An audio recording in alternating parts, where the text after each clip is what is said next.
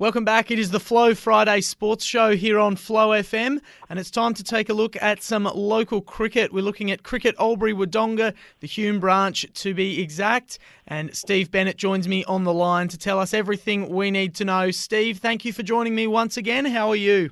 Yeah, good, thanks, Dan. Yeah, how about yourself? Yeah, very well, thank you. Let's get right into this cricket wrap-up. It was another big round. I'm seeing a lot of big totals here on Play HQ, and we'll start with the biggest of them all. Walla Walla smashing 215 runs to beat Brock Burham by 35 runs in the end. It looks like that one was a very high-scoring game and quite a high quality of cricket. Yeah. Well, you had the defending premiers in Brock Farm, so they always bring a good game. And Waller have jumped out of the blocks well this year, making 200 plus is always a pretty good day. A lot of the grounds are quite large, so yeah, that's a great effort. A couple of really good performances there. Joel Merkel with 51 and Mark Taylor with 48. So yeah, they set a pretty imposing total for Brock Burham to chase down. Yeah, it was a good all-round effort from Walla Walla, and Brock Burham, it looks like they weren't going too badly in chasing it down.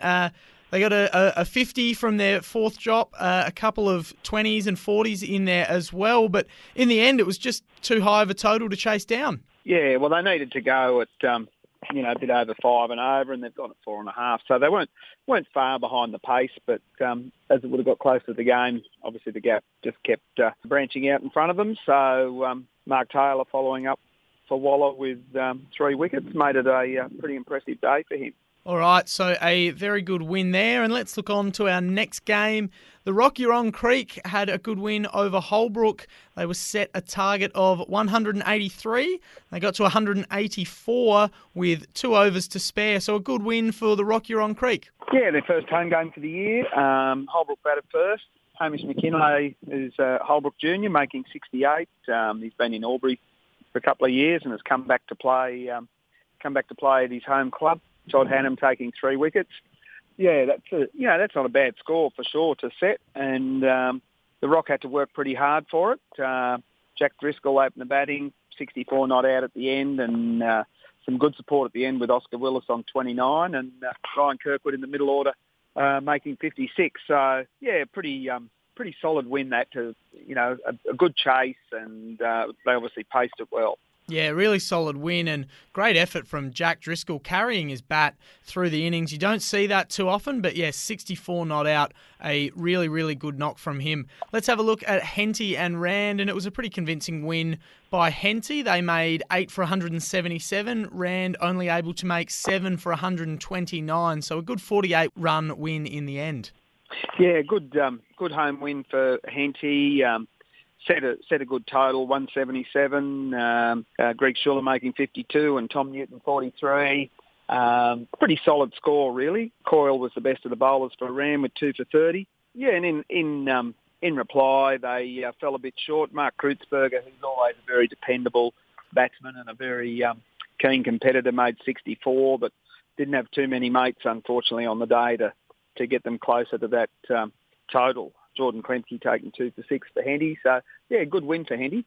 Yeah, 64 from Kreutzberger, and then just the one other batsman even making it to double digits. So a bit of a one-man show there, and as a result, not quite good enough to get the win, but we'll see how Rand go next week. Certainly some promising signs at the very least. Let's have a look at Osborne and Colcan. Osborne winning this one, getting to the total of 150, which was set by Colcan, and they got there with 2 overs to spare. So a pretty good effort from both sides, reasonably high scoring. Colcan 149 runs, Osborne 150 to chase down and win. Yeah, the Osborne ground's just playing a little bit heavy at the moment, so 149 by Colcan, pretty competitive score to set. They had a few blokes in the 30s and 20s, Riley Noble and Jackson Lesius for the home side, though. A couple of good wicket takers in Bill Glanville taking 4 for 27 and the veteran Darren Howard taking 3 for 14. They didn't have it all their own way, 7 wickets down, and like you said, just with 2 overs to spare past the score. But, a few good performances there. A few blokes made, 20-odd, Tom Howard and Darren Howard and Josh Hosey. Yeah, so, obviously a pretty competitive game. Colcan wanted to bounce back. They were a little bit disappointing the week before against the Rocks. So, good game. Osborne will be glad to bank the win. Yeah, they certainly will. And Will Glanville, like you mentioned, he was good with the ball and 27 with the bat as well. So he's probably getting the man of the match honours in that one.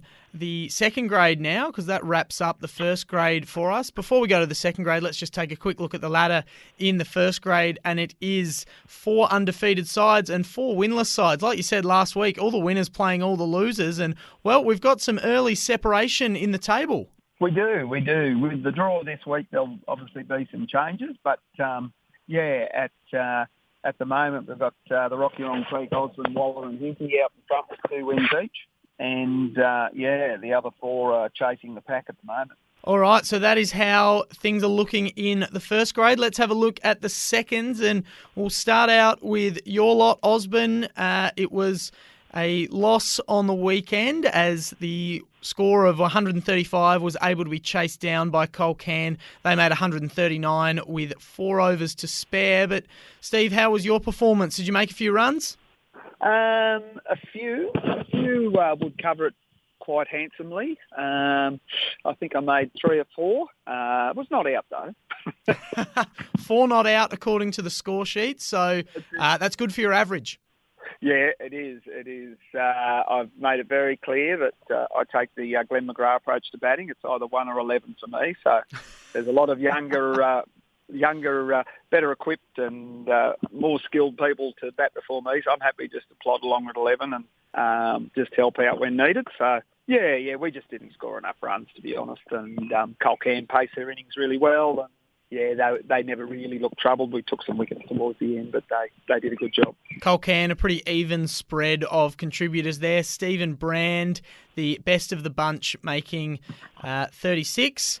And for Osborne, it was Henry Bennett making 43. So a good win for Colcan in that one. We'll look to our next game. Let's go to Brock Burham and their big win over Walla Walla. They made 220, a massive score from their 35 innings, and Walla Walla only able to make 111 in reply. Yeah, that was a big score from Brock Burham. We played them the week before. They're a pretty good side, Brock Burham. They probably did the same thing we did this week, just fell 20 or 30 runs short batting first. So, they certainly didn't have that problem this week. Nearly doubled their score from the week before and were able to contain the Walla batting. So, yeah, good win for Brock Burham. Gets them on the board for the year. All right, Brock Burham on the board, and the high run scorer, one of the fill-ins, making 79 off 56 with 12 fours in that one. Let's go to our next game. It was Oaklands and Henty, and it was Henty, again, a convincing effort in this one. They made 160, and in reply, bowled out Oaklands all out for just 53 in just under 21 overs. Yeah, a little disappointing from Oaklands. Their first game of the year, having a draw the week before.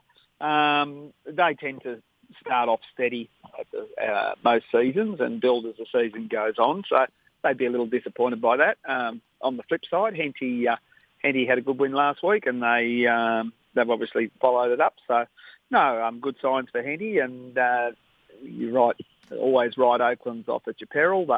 They'll improve as the season goes on. Something must have been getting into the Henty bowlers. First 3 batsmen for Oakland all out for a duck. David White bowling 2 of them and Charlie Wilson bowling the other one. So a very good start there by the Henty bowling lineup.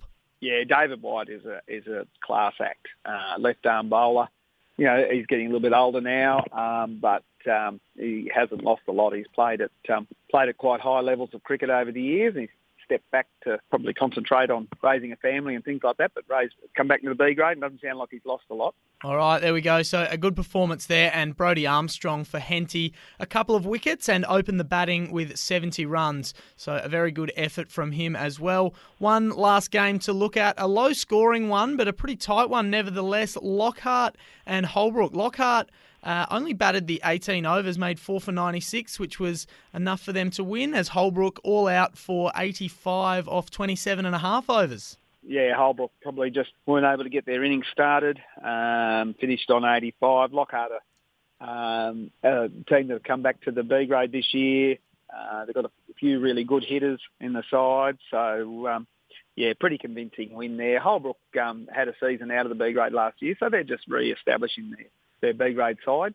So, yeah, no doubt better days ahead for them. But, yeah, a little touch-up from Lockhart. All right, we'll see what the future holds for them. And for Lockhart, probably some nervous moments early on. Their opening 3 batters combining for just 14 runs, and then their fourth going for just 13. But the next 2 in, Ryan Shaw and Connor Widdup making 32 and 23 not out, carrying them to victory in the end. So a good win for Lockhart. And that wraps up the round 2 action. Steve, are you playing again this weekend? Oh, I hope not.